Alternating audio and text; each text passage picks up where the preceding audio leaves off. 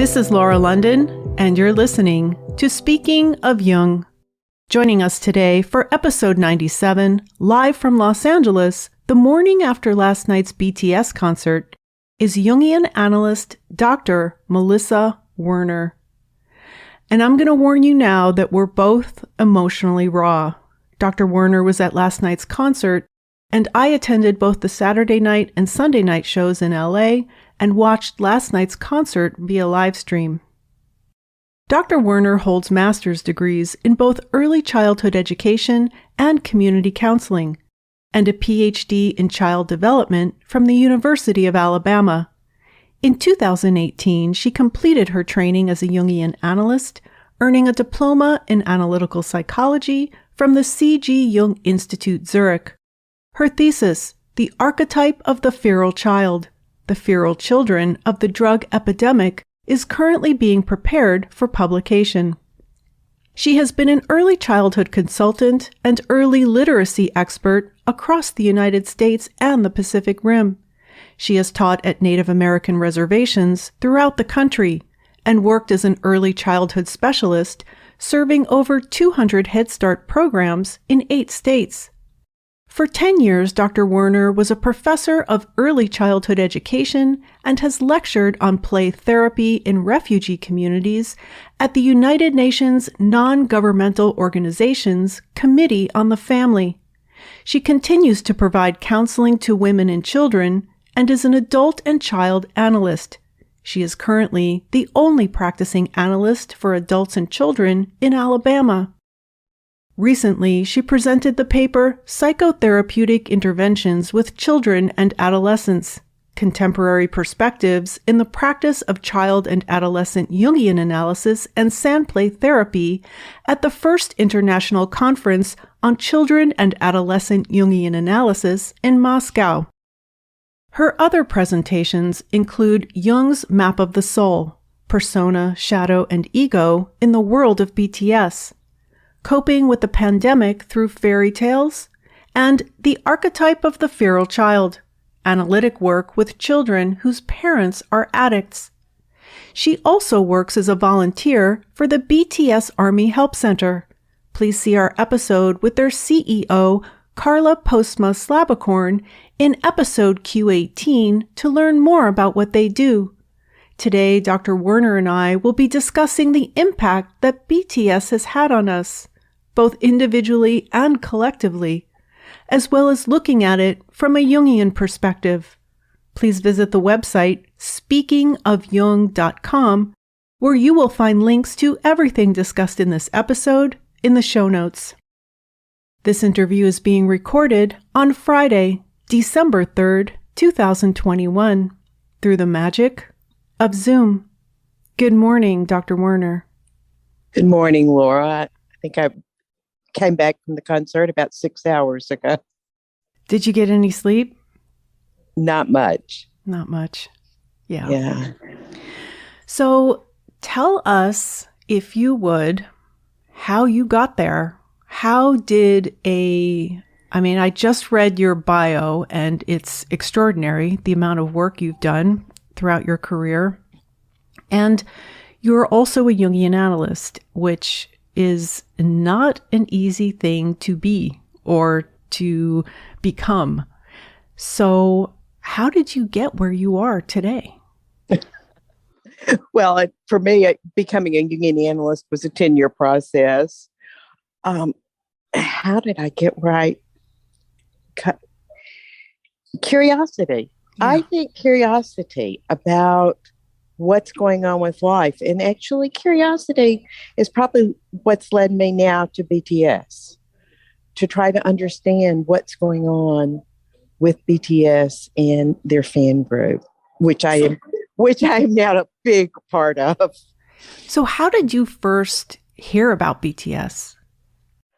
I think our political situation in the United States was very raw around the elections, and I felt very torn.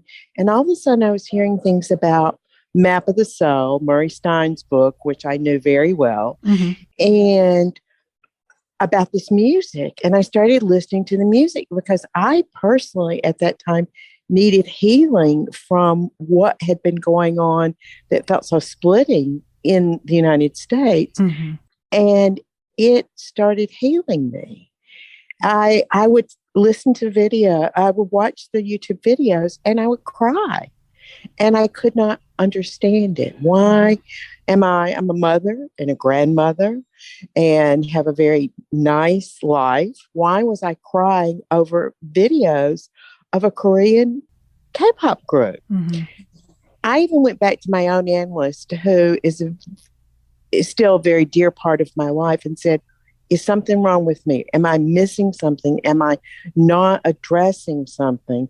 And she reminded me that if we are really true to ourselves, we have to go where our energy is. Yeah. And that's where my energy was going.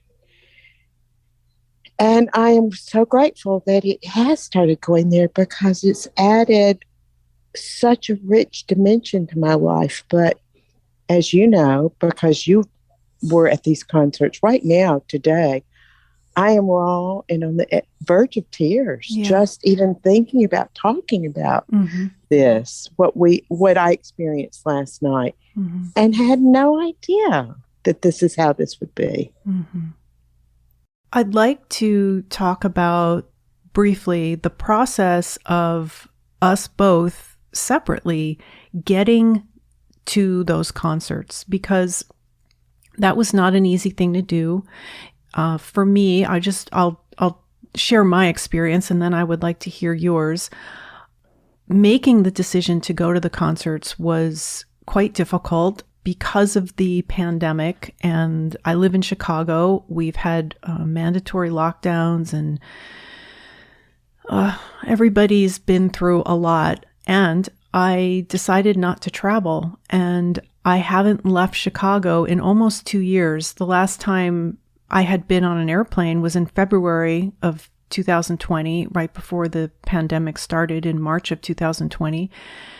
So I've been isolated, and it's been hard, and it's been hard on everyone. And I'm sure that I've had it easier than a lot of others, but I chose to stay in and stay home and not put myself at risk. So what I'd like to mention is the sacrifices that we made to be there. And because I was getting some backlash, and what I decided was I was going to go and represent all the people who couldn't be there, because I could, because I'm older. I've accumulated resources and frequent flyer miles and hotel rewards points, and I could go.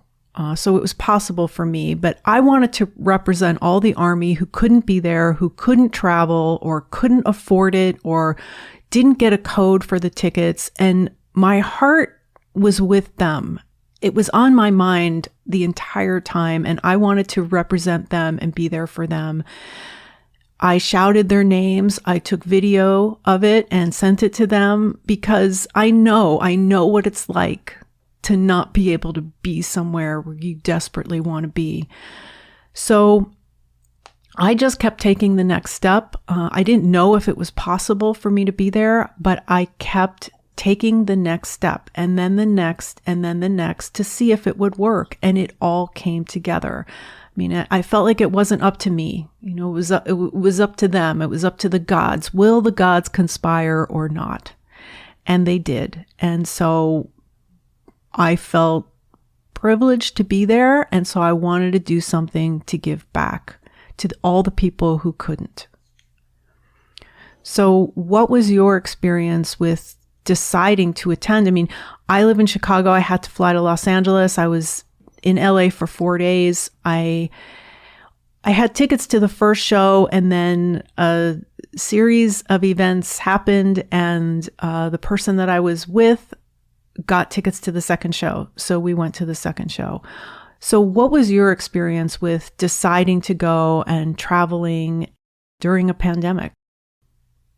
Well, I am thrice vaccinated, so I felt a little, and I was coming to an area that and was felt safer to me than where I live. Where I live, people are not as careful about the pandemic. Mm-hmm. And so I actually felt safer that I knew I would be masked. And one of the things that was shocking to me in a way about last night's concert, I've not been to a place where 80,000 people kept their mask on Mm-hmm. for the whole evening. And we're careful about masks. We're handing out masks.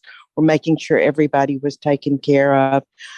I maybe am too new in Army to be so altruistic about the others. I just felt so grateful that this opportunity presented itself. And it was a synchronicity. It kept unfolding. I met someone I joined, but I did not get clearance to even buy tickets. But I met someone that now is a close, good friend who I'm staying with here in LA, who was able to get tickets, Mm-hmm. and we came together, and it just, I'm still astonished at how beautiful the coming together even here was, and how careful every army was of every other army. Mm-hmm. People, because I'm older. I was a little afraid at the beginning. Well, maybe they'll look at me and say, "You don't belong here." But there is not any consciousness of anyone not belonging. Everyone belongs. That has this kind ethos that is a part of Army, and I just feel so grateful that Army has included me in this kind and loveliness. It's the kind of friend group that you dream of. Yeah. Yeah. When I was there and I was looking around, because we haven't talked about the lines we stood in, but we stood in line to get in for about 3 hours, for both shows. And looking around and seeing all the Army, I saw so much diversity, not just in nationalities, but just in style and in age, and just in what people were wearing, and just how it just included so many different kinds of people at seemed like different stages in their lives. And I appreciated that. I appreciated seeing that, because I'm in my 50s. I mean, I don't talk about that much.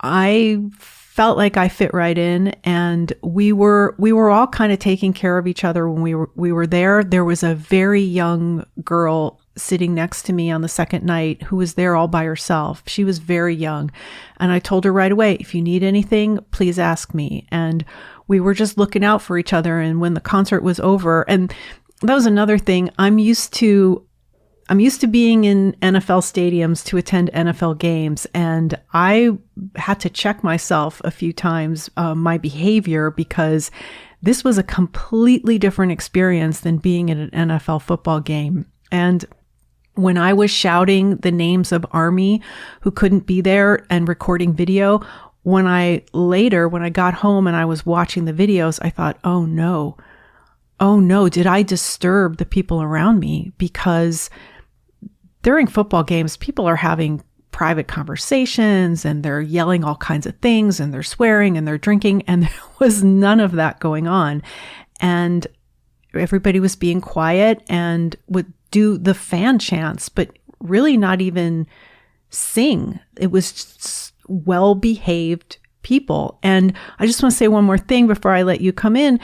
I saw a photo on Twitter of the stadium grounds outside the stadium, and a garbage can that was packed and overflowing, but everything was very neat around it. And there was not a piece of trash in sight. It was all either in the can or down at the bottom of the trash can around it. And someone pointed out there was no litter anywhere. I'll start with that. There's still no litter anywhere except for the confetti at the end, but everybody was picking that up because that's sort of a souvenir. Mm-hmm. But I think the stadium had figured out how to do lines, but by last night. But what was so beautiful is there were lines of maybe 100 people. Then you would turn, and back and forth lines, but with no dividers, just human beings taking care that everybody stayed in the same line. And even when finally the gates opened, nobody rushed the gates. They stayed in their lines, I noticed weaving that. back and forth. And I was really shocked. I didn't see many young, I mean, there were families, Yep. but this business of it being so many teenage girls, I just didn't see that, if you want to know the truth. I didn't either. And part of that may be the financial cost of being able to do this, but it was just so caring of one another. We had a single person sit on the other side of it, so everybody checked in with her. Is she okay? Is there anything she needs? Can we? And she wasn't a really young person, but we checked in. But that started in Atlanta for me at the airport.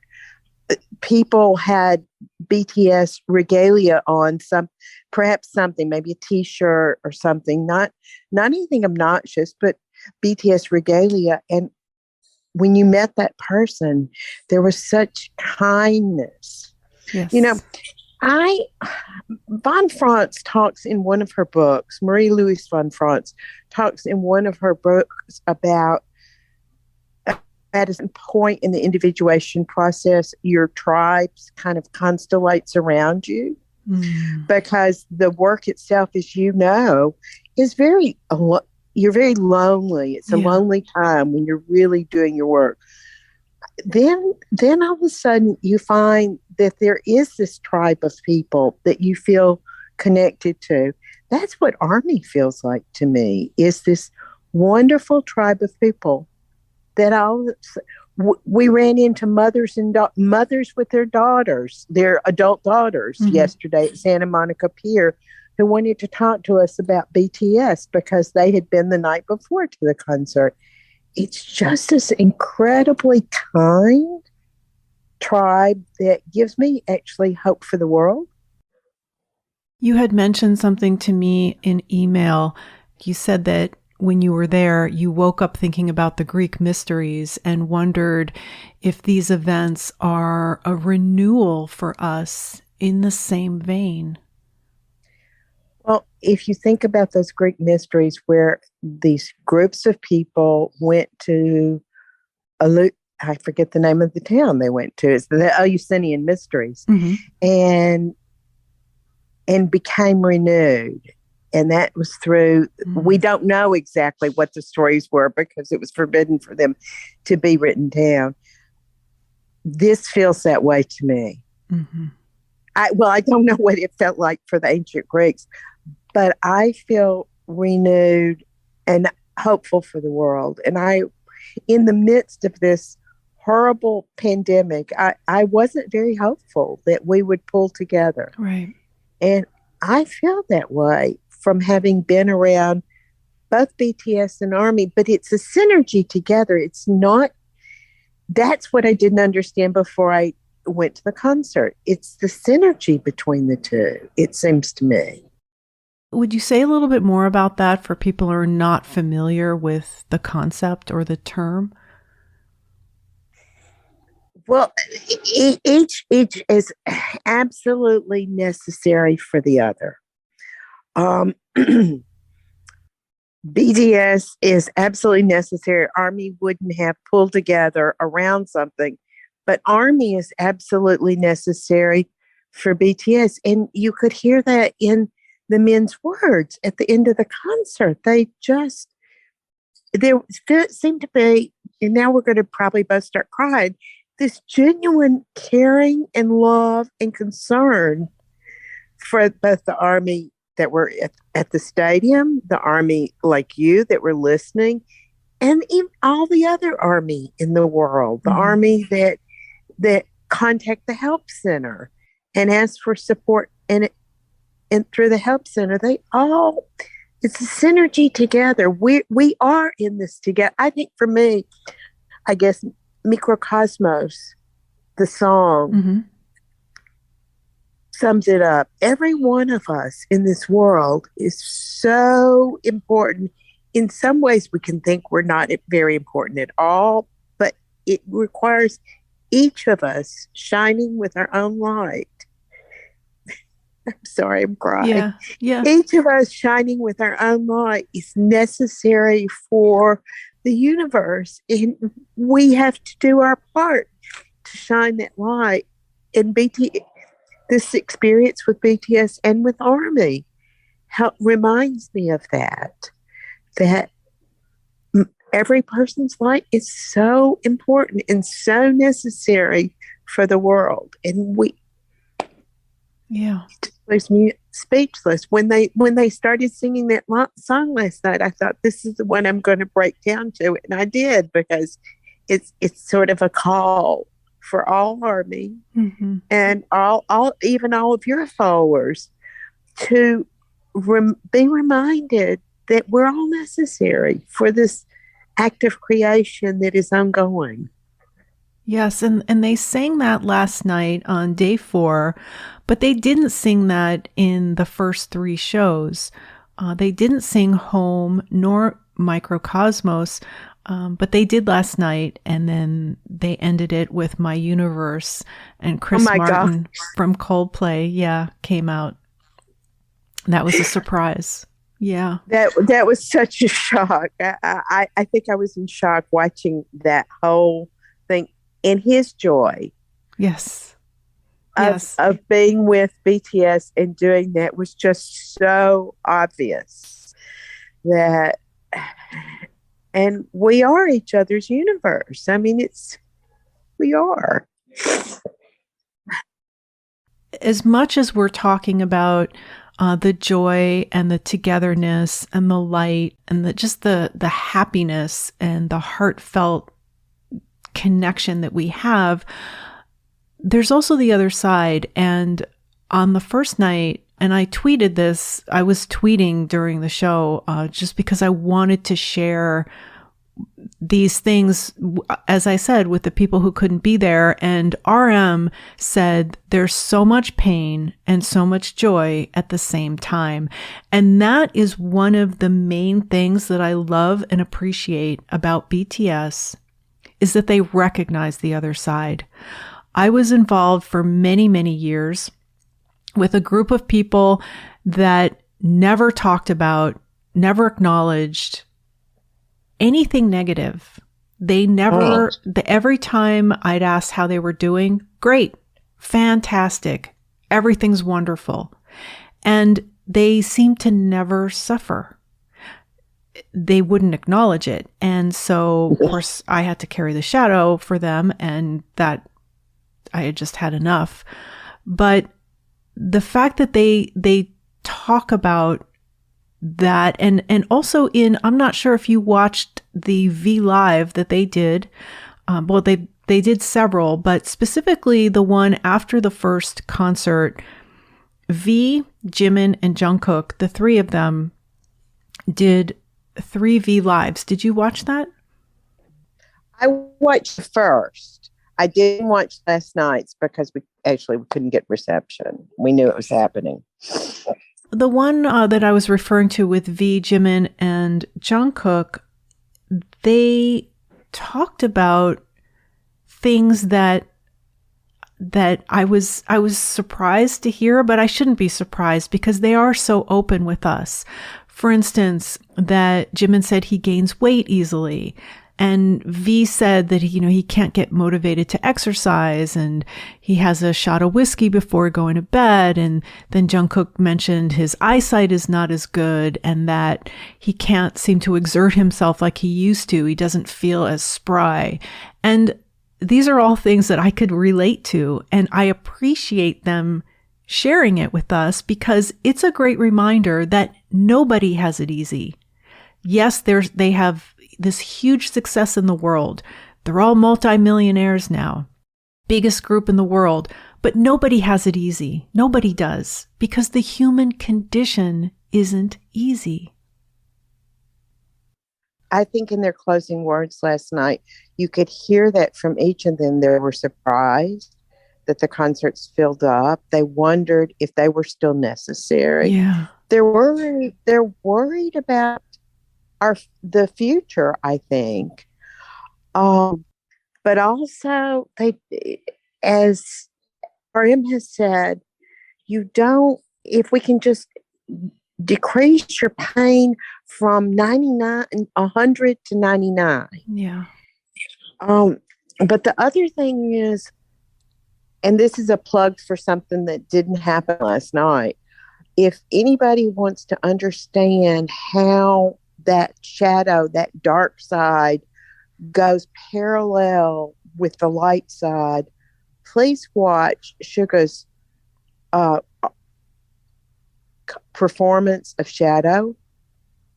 That is the most moving explanation. As a Jungian analyst, that's the most moving explanation of what shadow is that I have ever seen. Just for the listeners who are not familiar, you're referring to the song Interlude Shadow. From Map of the Soul 7, the music video that it is sung just by Suga, and I'll provide a link to that video in the show notes. Please do, because it explains how if we don't embrace that darkness, we cannot have this connection. I think this connection comes from both caring and loving, but also from knowing all of our warts, because that's what connects us to each other. Yes. You know, where I shine, I don't have to be so connected. Where I am, just like you and I talking, where I'm suffering, where I'm sorrowful, then you and I can be connected because we're human beings together. And that's what BTS says to me. Yeah. I love how they share so much of their lives with us, the behind the scenes. They don't just show us themselves when they're made up and wearing Louis Vuitton. They also show, like in The Soup, they're hanging out in the forest for 4 days and they're cooking their own meals and washing their own dishes and sleeping in and not showering. And they let us see all of that. And I love seeing that. I appreciate that. And that brings me to another topic, which is that of duality. I see this a lot on Twitter. They'll put photos of members next to each other saying, how could this member look like this and look like that? For instance, I'll just use Jungkook. He's acting cute, right? He's wearing a fleece hoodie and he's making a heart with his fingers and he's acting all cute. And in the same show, he's wearing a crop top and a body chain and lifting up his shirt so we can see his chiseled abs and has this fierce expression on his face. So how could that be? They're wondering and they're asking, how could one person be all of those things? What do you say as a Jungian analyst to that? Well, we each have to be honest that is who we are. We are all those things.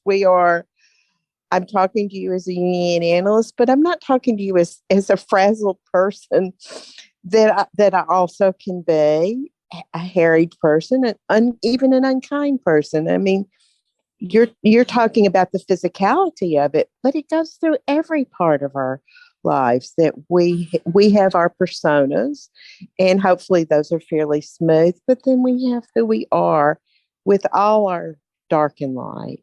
And that's only in getting comfortable with that can we really, really, I don't know, flower and enjoy our lives, because we need that soil to grow, that dark space. On the first night, I'm not sure about the other nights, there was a bit of swearing, a bit of 4-letter words uttered by the members, which in English, which I loved. I got a kick out of it and I appreciated, but I was wondering if there was any backlash from that. I don't think there was any last night, by the way. So maybe before the performance that was going out all over the world, that was stopped. But I could be wrong, because there were times there was just so much intensity. It was hard to hear everything. Yeah, let's talk about that. I so wanted to be there. I was at their concert back in 2019 when they were here in Chicago at Soldier Field, and I had not a great seat. I was in the 400 level. If those of you familiar with Soldier Field, it was outside. It had been raining all day. It was cold. So it was quite a different environment. SoFi Stadium is very new, high-tech, beautiful, gorgeous. It's enclosed. Well, the sides are open, but it has a canopy. And I had much better seats this time. I wanted to soak it all in. I went into it saying I'm not going to use my phone very much, but I did, and I'm glad I did, because I took those videos and those photos so that I can share them with people. But my question is, seeing it live versus my experience last night, where I bought a ticket through Weverse to watch the live stream. And of course I could see a lot better. You can see the members up close I sat at my big Mac desktop computer and watched it. But because now I'm doing the opposite. I've seen that, but last night I felt it. Yeah. I felt it through. I'm still feeling it this morning. You know, like I said, it's only 6 hours later. Mm-hmm. I'm still vibrating through every cell in my body. Yeah. There were 3 of us that are in our room, and 3 of us that came back together, and we said, we can't talk yet. There's just, I am stumbling a bit with my words right now, because there's just, it's such a feeling that courses through your bodies. I mean, I can feel it from my toes to my head. Yeah. So it's not just seeing the members and hearing the music live. It's also being in the presence of 70,000 other BTS Army and their emotion that they are vibrating with, and just being a part of that. Is that what you mean? Absolutely. And not only that, I haven't had a drop of alcohol, for example, and I'm still high from the experience. I think I'm flying back across the United States today. I think it'll be probably a couple of more days before I'm back to whatever this new normal will be, having had this experience of being so alive and so connected with something larger than myself. One of the reasons why I was so motivated to go, and when I was trying to get tickets, I had made the decision to try for the first night because of something I heard Suga say sometime earlier this year about how he was going to feel seeing Army again. And I was so moved by what he said. The way that he spoke about how he was going to feel seeing Army again fill up a stadium so touched me that that's what motivated me to keep taking that next step to be there. But something he said after, which helped me process my experience, was when he was there in it doing the show, he didn't know if it was real or pretend, because they had gotten kind of used to seeing the audience, the crowd, Army, on screens. That's how they'd been doing those online shows. And then there everybody was in person, and he didn't know, if it was real or he was imagining it. And my question to you as a Jungian analyst is, does it matter? Because remember when von Franz was talking about Jung, saying that he had a patient who said she was on the moon. And von Franz said to him, well, she just imagined she was on the moon. And Jung said, no, she really was on the moon. That's that beautiful story from Memories, Dreams, and Reflections, I believe. I saw it in Matter of Heart, the film Matter of Heart, and I will provide a link to that. And it's in the von Franz's Remembering Jung interviews. So this new world that we're in, where we're doing a lot of things virtually and people are watching concerts online, what is lost or what is gained by doing things virtually versus in person? Is it the same because it's real in the psyche? That's a wonderful question. It both yes and no, I would have to say. It is, as long as it's grounded in, as long as it's grounded with another human being, I think it can be real. But what I saw here was those Twitter friends who had never met were starting to meet up with one another. Yeah. Mm-hmm. That's powerful. Well, there was a synchronicity even in my situation. The third woman that joined us is actually from my hometown, but we didn't know that because the person, Tiffany, that brought us together didn't realize where she was from. So we're both from Birmingham, Alabama, and that just is part of the synchronicity that is part of the Jungian life. Mine lived. I've had dreams that are more real to me than anything in my life, and they are the fuel that helps me move forward. So I can't differentiate that carefully, because in my own life and in my own life experience, I've had these experiences, and they are like the woman said, she was on the moon.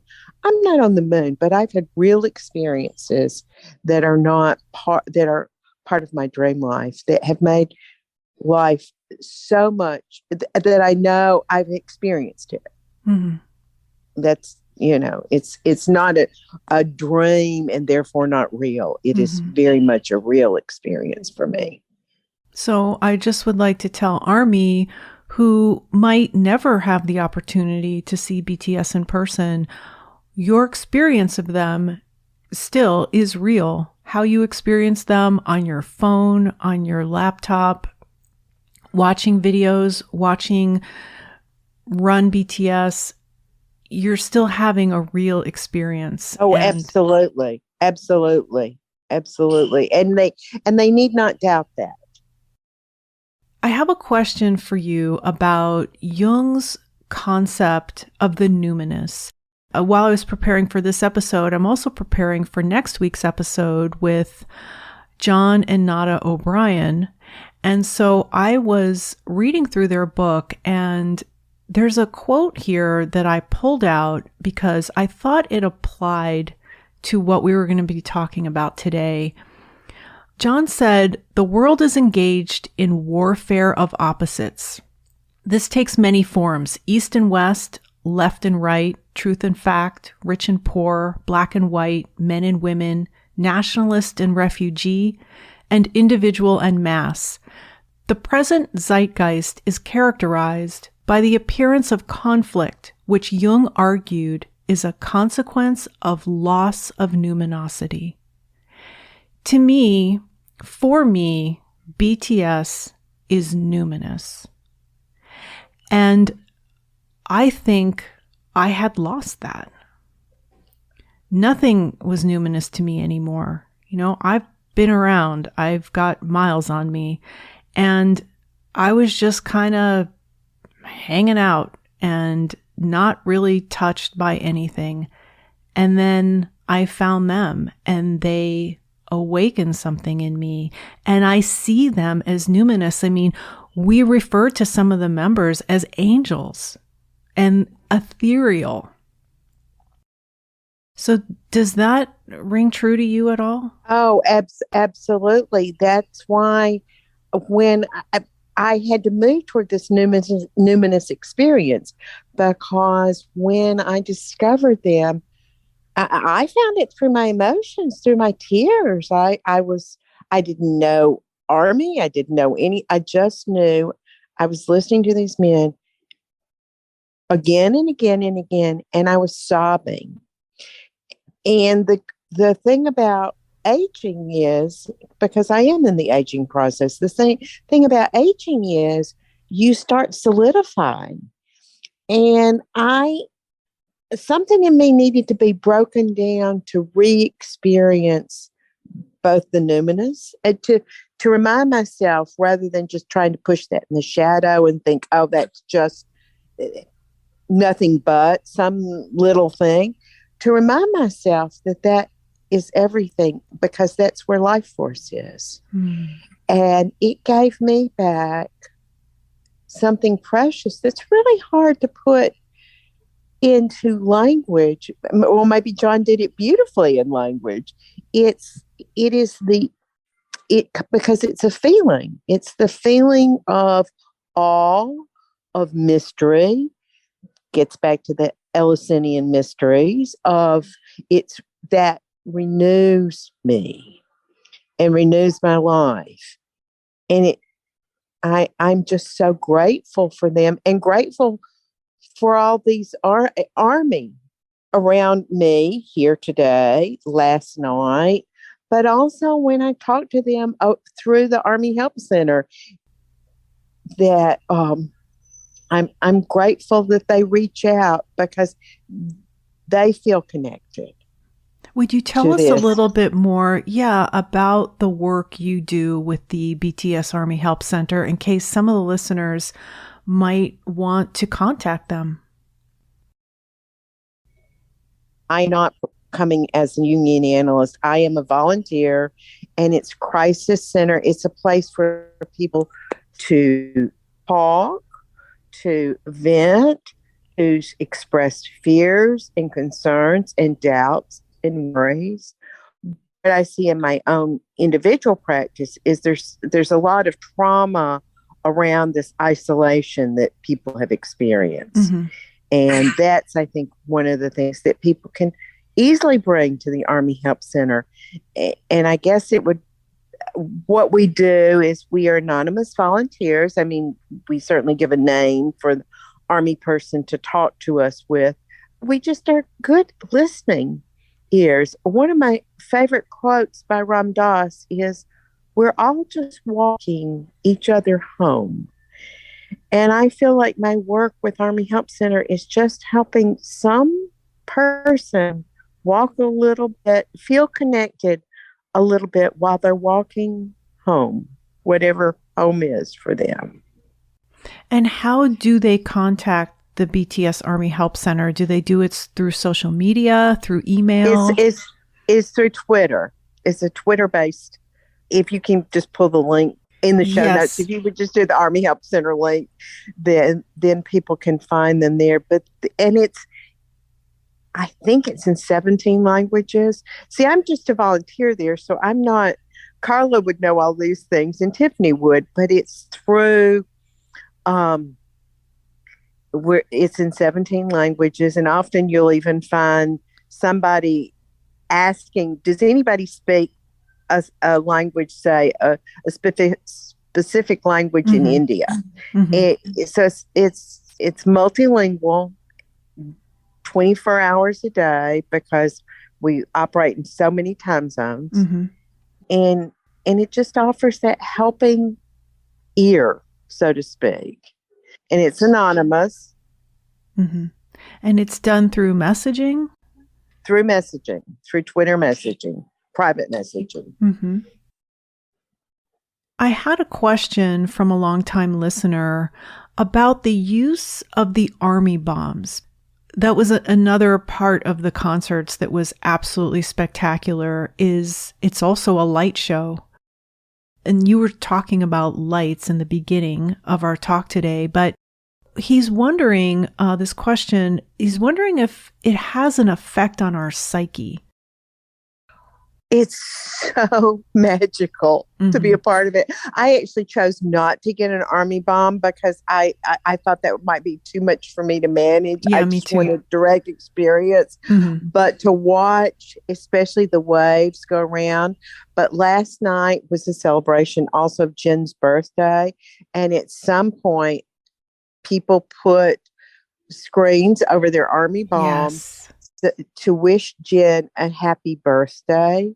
which it goes back to that caring, that kindliness toward members, but also but what nobody saw is before the concert, people were running around, Army.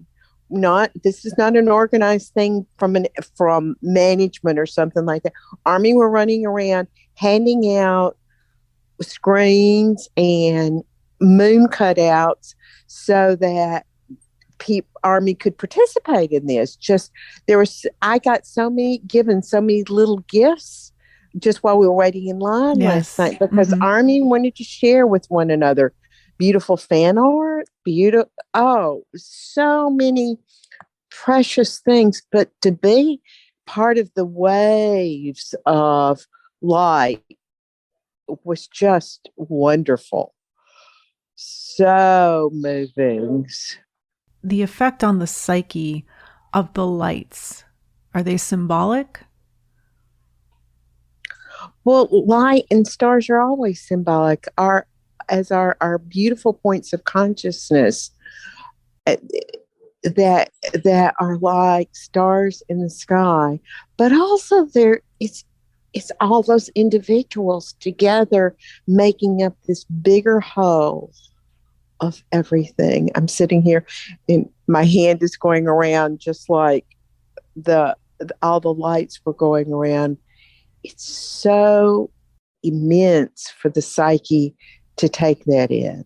Mm-hmm. And I think that's really important and really healing. We needed light in this dark time. Yes. And we need light in every dark time. One of the other things that was mentioned during the V Live is about the scheduling of the concerts during the past 2 years, or maybe just during the past year, and how things got scheduled and then canceled several times. And I know I personally experienced that. I thought I was going to start traveling again immediately after I was fully vaccinated this past spring. But I had plans and then I canceled them at the last minute. And based on what was happening with the pandemic in this country, and I felt awful about that. I wondered, am I becoming agoraphobic? Am I becoming a recluse, a hermit, a germaphobe? I really wondered, what is this doing to me? I kept canceling my plans. And then it took BTS. It took my love for BTS to get me up and out again and to push past that fear. Did it help? Yeah, I was fine. And actually, I feel great. I feel emotional. I feel what you're experiencing too with the emotions, but physically, I feel so much better. I was out there, I was wearing a mask, washing my hands, disinfecting things as much as I could, but I was around people again, and it did feel quite awkward. And some of the members mentioned that as well, that they felt awkward, especially that first night. And we did it together. We emerged out of our cocoons together. And I so appreciate that I had the opportunity to do that. And again, because I did have the opportunity, I want to give back as much as I can. Another thing during the show was toward the end of the show, they, on the big screens, showed BTS at the UN.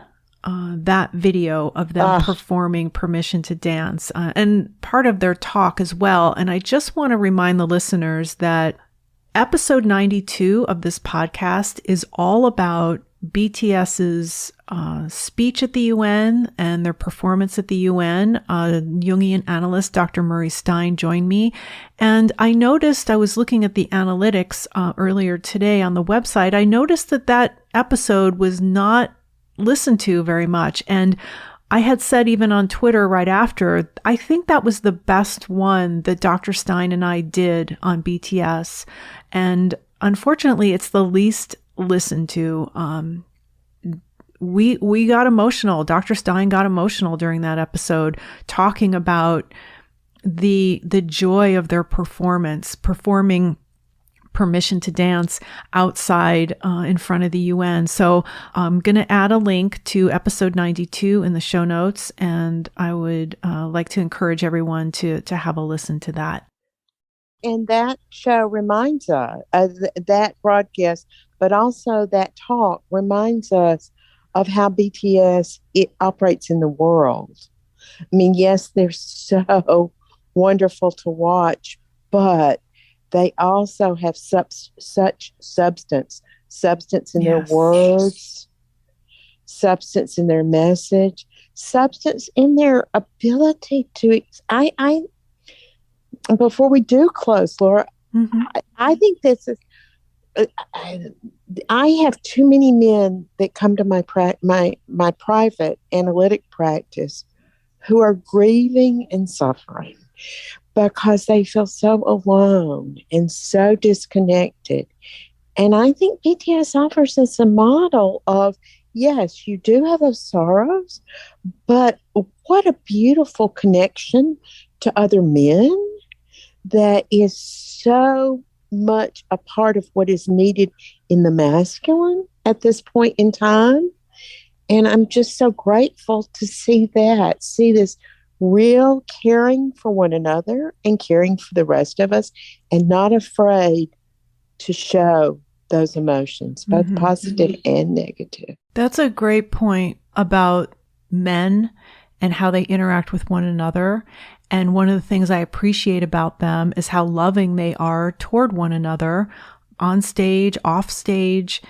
Their culture is quite different than ours. The Korean culture is different. And so sometimes I think that gets maybe misinterpreted by us here in the US, quite possibly.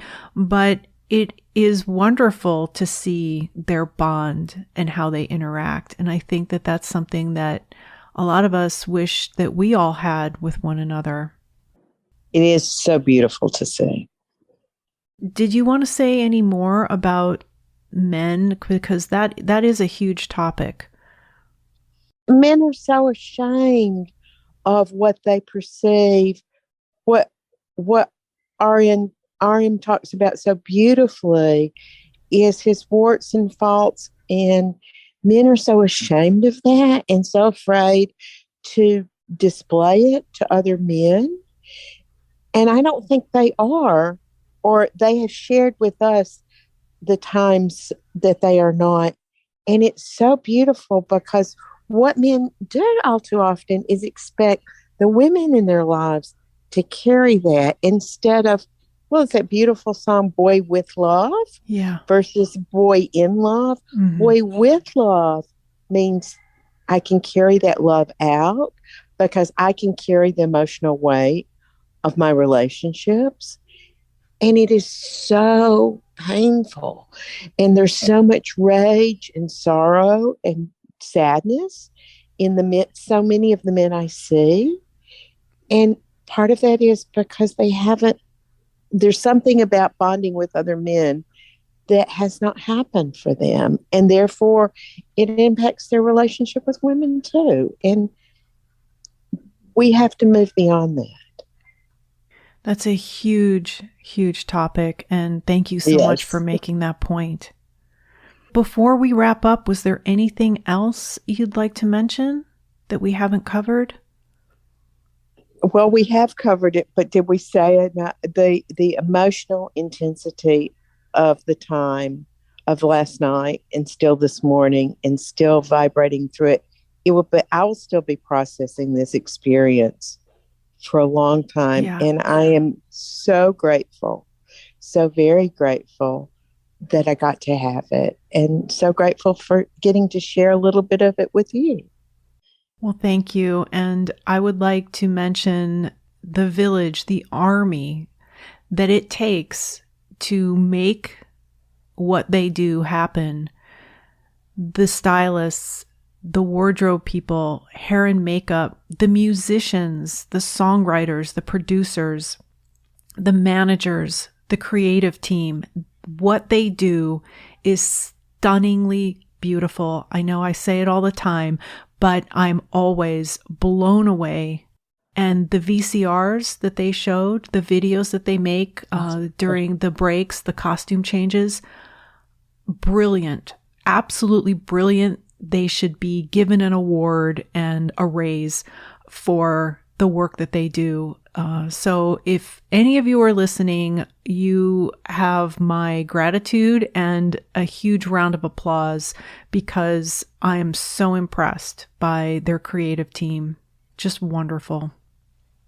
My closing remark, Laura, would be to thank you for your contribution to the furthering of Jungian analysis.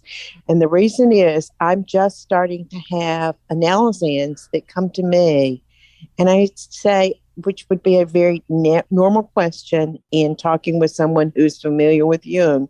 Oh, what have you read? And they look at me a little bit sheepishly and say, I'm listening to podcasts. Mm-hmm. And yet they really understand the depth and complexity of Jungian thought because of things you've given them. And so for that, I am really grateful about how you're moving Jungian thinking and a Jungian way of being into a new life, into this new thing that we call, I guess we call it social media. I don't know. But your podcasts are so important to a whole new generation of people that are interested in Jung. And you must know that I think that Jung offers us a way to save this beautiful planet that we all live on. Yes. So thank you. Well, thank you for saying that. And thank you so much for your willingness to be a part of this podcast and for being so open and so vulnerable and sharing your experience with us here today. Thank you so much, Dr. Melissa Werner. Please visit the website Speaking of Jung, that's JUNG.com, for more information on everything that was discussed in this episode. There you will also find all of the previous episodes of this podcast, which are available to stream or to download for free. Speaking of Jung is also available on Apple Podcasts, Spotify, iHeartRadio, and Amazon Music.